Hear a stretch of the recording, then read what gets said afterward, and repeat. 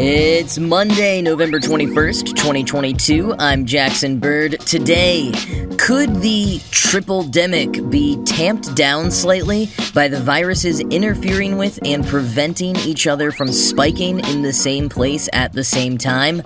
Plus, public libraries in the US and Canada have been launching their own streaming platforms featuring local musicians. Here's some cool stuff for your ride home.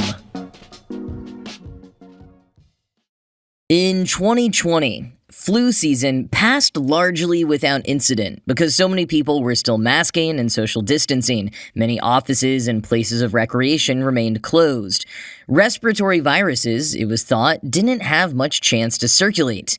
Now, last year, in 2021, as we braced ourselves for a gnarly strain of flu awakened after a year of rest, it didn't materialize nearly as badly as expected. Perhaps because the winter of 2021 saw another surge of COVID, and in lockstep, another wave of lockdowns in some nations, and in others, people returning to their masks and staying home more.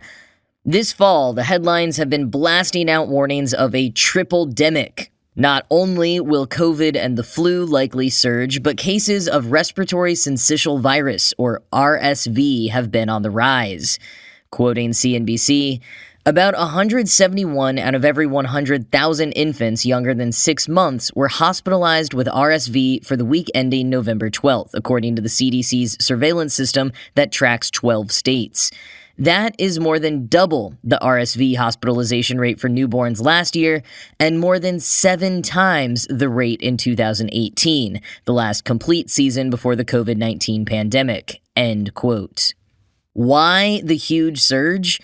One reason, according to Dr. Jose Romero, director of the CDC's National Center for Immunization and Respiratory Diseases, is that public health precautions for COVID prevented a lot of small children from catching the virus before, and therefore also prevented them from developing immunity. RSV is similar to a cold for most people, and it's something that most kids catch before they're 2 years old.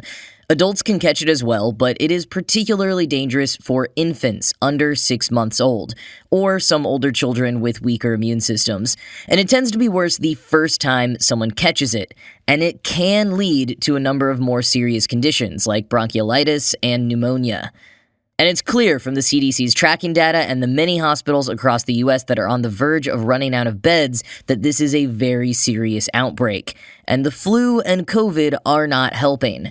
However, a growing body of research would indicate that flu and COVID perhaps aren't compounding with RSV as much as headlines about a tripledemic would have you believe. Some epidemiologists say that some respiratory viruses interfere with each other. That is, they sort of prevent the other one from developing and spreading.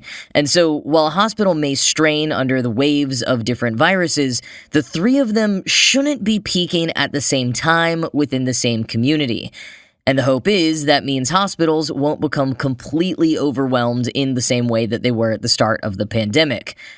But that doesn't take into account the many logistical and personnel stresses that hospitals are currently under. Many hospitals are short-staffed compared to the start of the pandemic, largely due to staff becoming burnt out from the pandemic. So hospitals could still feel just as intense or nearly as intense of a strain. But some epidemiologists hope it won't be because of an apocalyptic tripledemic. And I think trying to predict exactly how all of it will play out is treading in dangerous waters, and I don't want to lure anyone into a false sense of security in a year when there really are 3 highly contagious respiratory viruses circulating, but I do think that the science behind these epidemiological studies about interference are interesting. So I want to dig in here a little more, quoting very heavily from a recent piece on the American Association for the Advancement of Science's website so that I don't get anything wrong. But to begin with my layman's interpretation, if you were recently sick with one type of respiratory virus, it seems like you can sometimes have a temporary immunity to other similar viruses, not just that same one that you had. And if one of those, say COVID, is currently circulating in a community, others, like say the flu, won't widely circulate at the same time. And examples of this abound from during the pandemic. Like I said at the top, the flu didn't spread much at all in 2020. Now, was that because SARS-CoV-2 interfered with it and prevented the flu from circulating? Or was it because many of us were staying home and masking when we went out? It can be tough to draw conclusions from examples like that. Those confounding variables make it difficult. Another example would be if RSV swept an elementary school and hardly any of those kids got the flu. Is that an example of interference? Or is it because all the kids who got RSV stayed home and that prevented them from catching any instances of the flu that might have been trying to spread? A number of studies that account for such variables have been conducted over the last decade that give credence to the interference hypothesis, but let's first dig in more to what exactly that means. Quoting Science, "When a respiratory virus sweeps through a community, interferons, chemical messengers that infected people produce, can broadly raise the body's defenses and temporarily erect a population-wide immune barrier against subsequent viruses that target the respiratory system." Basically, every virus triggers the interferon response to some extent, and every virus is susceptible to it, says immunologist Ellen Foxman at Yale University, who has been exploring interference between SARS-CoV-2 and other viruses in a laboratory model of the human airway.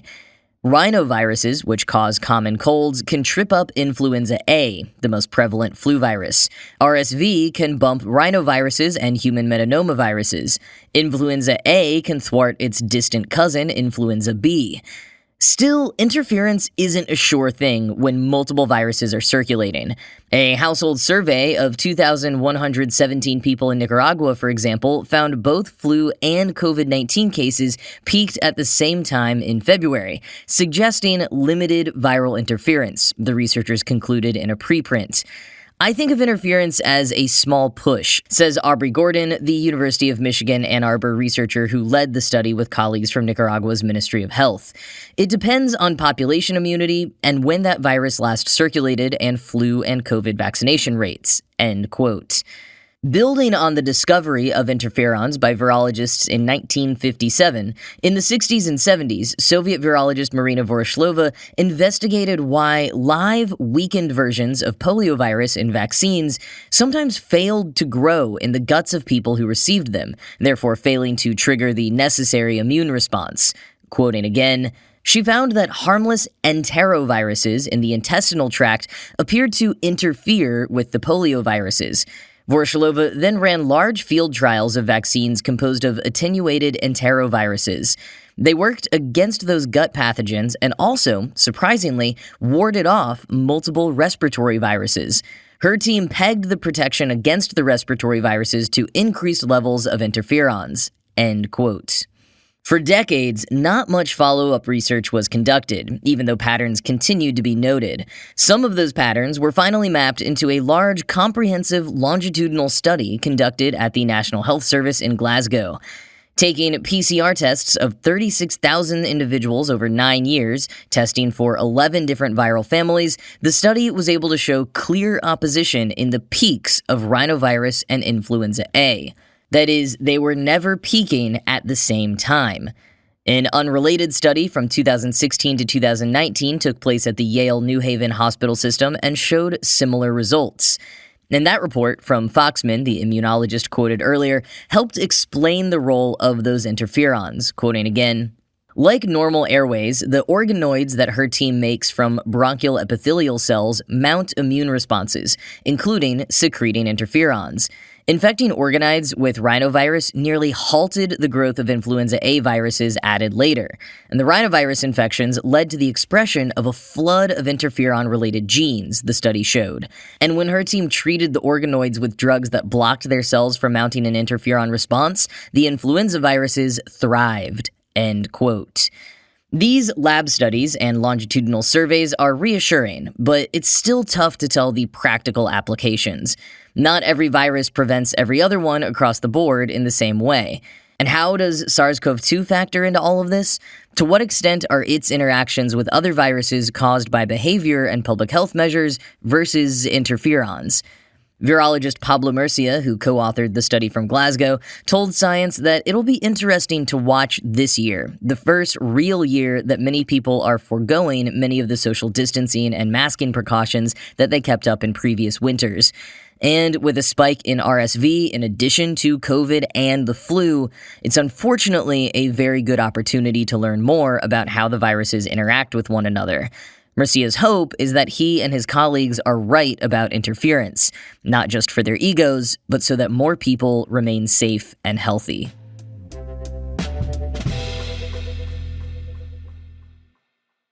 In news that feels much closer to the internet of my dreams, a number of public libraries across North America have started their own local music streaming services.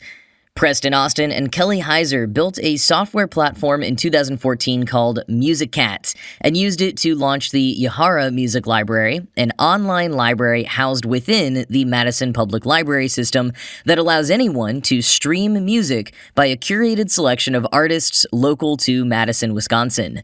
Austin and Heiser have since made MusicCat's open-source software available to public libraries across North America, with over a dozen of them launching their own digital music libraries since then. In addition to the software, Austin also provides a process model for the libraries to follow, mostly guidelines that they can use to make it easy or innovate on if they want to.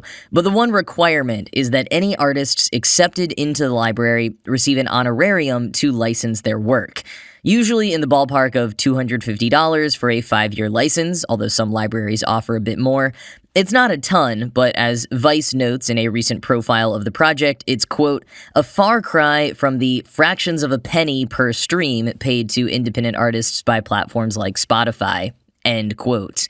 And Austin makes clear to Vice and others, MusicCat is not a Spotify alternative. You won't find top 40 artists in these libraries' collections, and the websites themselves are very pared down, not offering the many features of a major app like Spotify or Pandora. In general, libraries accept submissions from artists who are ideally local to the area or at least regularly perform there.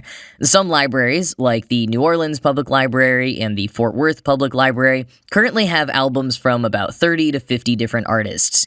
But longer-running digital libraries, like the Edmonton Public Library in Alberta, Canada, have hundreds. Edmonton's site says they're committed to adding 100 new artists each year. And they've also used this project as a springboard for other music-oriented programming, like events, a tour poster collection, and even a limited run of vinyl record pressings. Anyone can access the websites and stream the music, but you do need a library card for each particular library in order to download the music. Joshua Smith, who works at the New Orleans Public Library and helped launch their Crescent City Sounds website, told Vice, quote, the goal of this was to make every round that we add albums to it be as reflective of the local music scene as possible. Personally, I was looking for things that are less what you think of when you think of New Orleans music, because people think of us in a certain way. There's an incredible diversity to the music scene here, and, just the diversity of the city, so we're trying to make everything as reflective of that as we could this round, end quote. You can check on the MusicCat website, link in the show notes, to see if your local library has a streaming music site, but I do like what Smith said there about part of the point of these sites being to showcase local artists to people from out of their towns. So if you're curious what the local music scene is really like in New Orleans, Salt Lake City, Chapel Hill, Davenport, or more, scroll that same list and start listening. I just think it's really awesome to see libraries leaning into streaming music, and not necessarily in the way where, your library card can get you access to mainstream streaming music, but rather through the promotion of local artists. It's really cool. And while we're on the note of free services from public libraries, here are two that I always feel like not enough people are aware of. Most local and university libraries in the U.S. give you free access to Canopy, a movie streaming service featuring mostly critically acclaimed movies, foreign films, and documentaries. A peek at some of the offerings they're currently highlighting include Moonlight, 8th Grade, Lady Bird, The Central Park 5, Parasite, and even kids shows like Franklin, Muzzy, and Sesame Street. And another public library freebie, ebooks. Most public libraries in the U.S. allow you to rent ebooks and audiobooks through Libby, or its owner, Overdrive. Just check your library's website, set up the app, and boom, no more paying for audiobooks. Libraries have so much more than a lot of people realize. It is always worth checking what you can get for free there before paying somewhere else.